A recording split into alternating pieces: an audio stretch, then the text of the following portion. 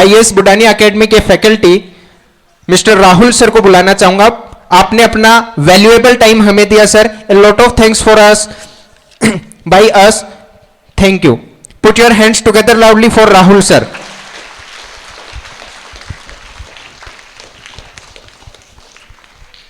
First of all good afternoon all of you.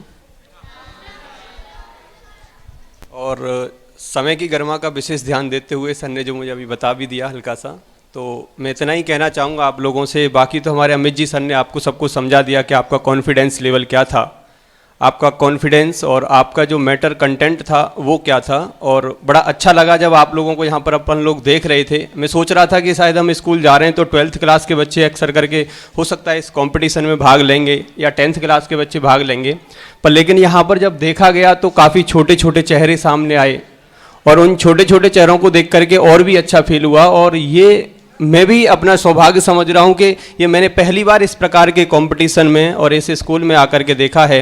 Evenly मैं कई जगह इस तरीके से प्रोग्राम में जाता भी हूँ तो मैं देखता हूँ कि वहाँ बच्चे इस तरीके से पार्टिसिपेट नहीं करते हैं।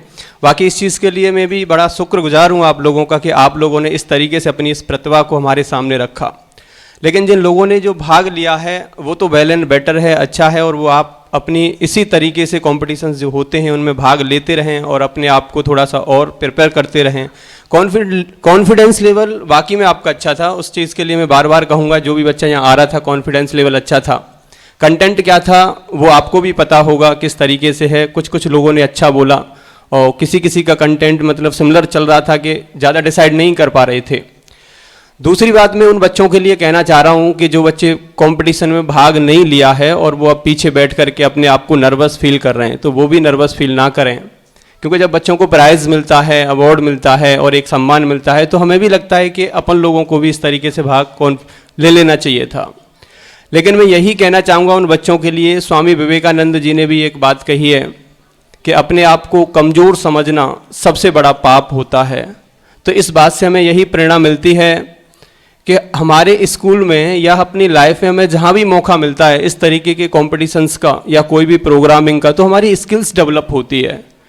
अब उसमें ये नहीं कि हम फर्स्ट आएंगे या सेकंड आएंगे, आपको ये तो नहीं सोचना, केवल आपको ये सोचना है कि हमें अपनी स्किल्स को डेवलप करना है। तो इस प्रकार के कॉम्पिटिशन्स में भाग लेना अनिवार्य ही होता है।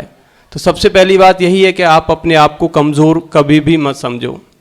और जो बच्चे हैं अभी इधर से जो क्वेश्चंस वगैरह कर रहे थे कि सर कैसे कैसे याद होता है, और एसएसटी वाली कुछ आ जाती हैं चीज़ें वो याद नहीं कर पाते हैं।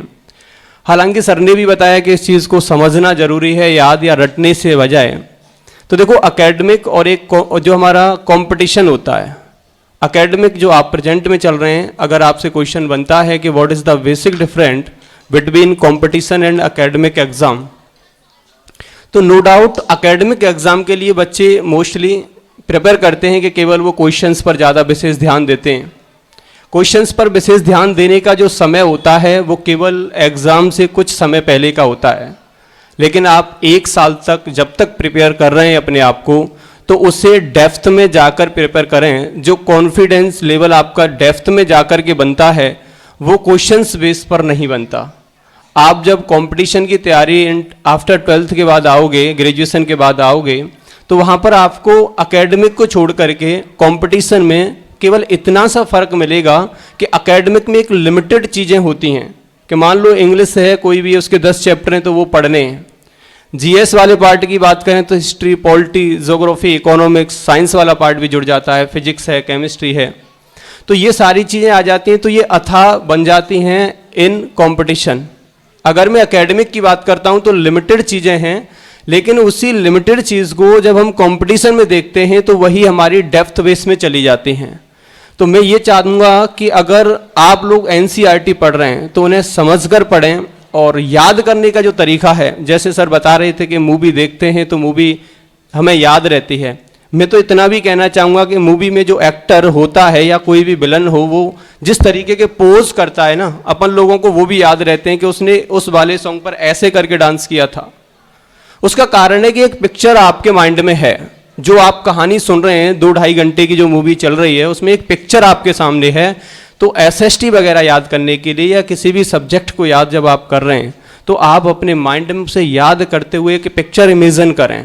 कोई भी आप पॉइंट याद कर रहे हैं तो एक पिक्चर के साथ इमेजिन करें, और नो डाउट अगर उस पिक्चर के साथ अगर आप इमेजिन करते हैं तो आप अपनी पूरी लाइफ में उस शब्द को भूल नहीं पाओगे। तो याद करने का एक ही मात्र तरीका है। दूसरी बात यह है कि जो याद नहीं होता जीएस वाले पार्ट में, तो उसे लिख लिख करके याद करें, इमेजिन करके याद करें, उनके साथ अपने साथ में देखी हुई चीज़ों की इमेजेस जोड़ें, जिससे वो हमें हमेशा के लिए याद बने। तो ये तो याद करने का तरीका रहा। दूसरी बात अगर मैं करूं, बच्चों के अंदर इंटरेस्ट जो जागता है, जैसे गूगल की बात कर रहे थे कि गूगल से कंटेंट उठाते हैं। अगर मैं गूगल की बात करूं तो ये जो आपका समय चल रहा है, जो टाइम पीरियड चल रहा है, इसमें बच्चा डिसाइड नहीं कर पाता कि अपन लोग क्या कर रहे हैं। मैंने छोटे छोटे बच्चों के मोबाइल में, अब मोबाइल मिला हुआ है, उसका यूज़ अपन लोग करते हैं और मिस यूज़ भी हम कब कर जाते हैं ये हमें पता नहीं है। अभी ये एज आपकी गूगल से ज़्यादा पढ़ने की नहीं है, ये ज़्यादा से ज़्यादा आप किताबों में विलीन होंगे तो ज़्यादा अच्छा लगेगा।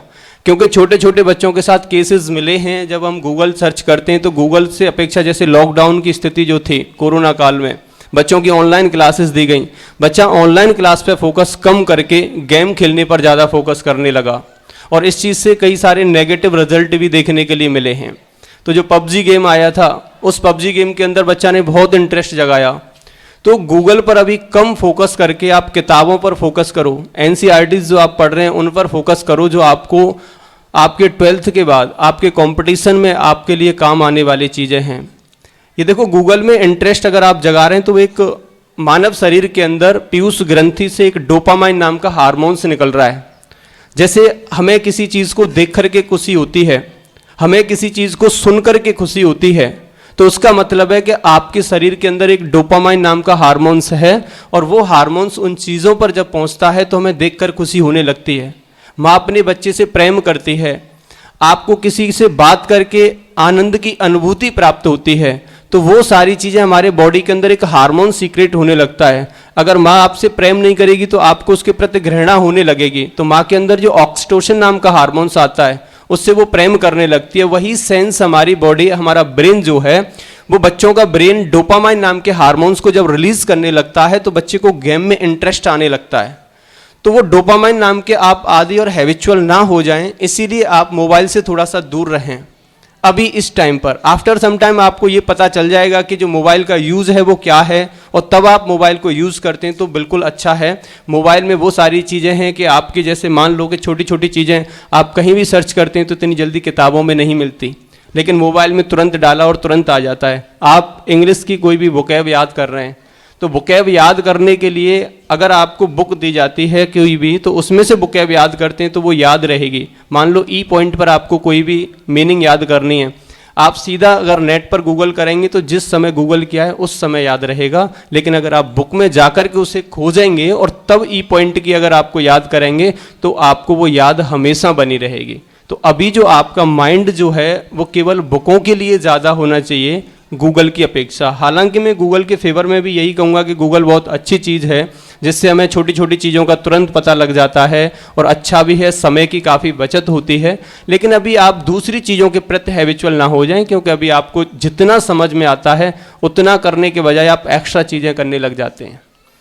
तो मेरी बात बस यही है कि आपको जो इंटरेस्ट जगाना है, अपना डोपामाइन जगाना है। सर ने स्टार्टिंग में ही बताया था कि हमारे बच्चों ने RAS IAS का जो सपना पाला है, तो वो बच्चे इसको संभव भी करेंगे। तो देखो, आपका जो सपना पालना अच्छा है, और इसी समय आपकी जो एज है, जो 10th क्लास में, 9th क्लास में, 6th क्लास से अभी से आप अपना सपना पाल रहे, अपना ड्रीम्स है, तो उस ड्रीम्स में एक ऐसा ड्रीम्स बनाओ उसी चीज़ को कि उसको सोच करके आपके अंदर रोमांच पैदा होने लगे।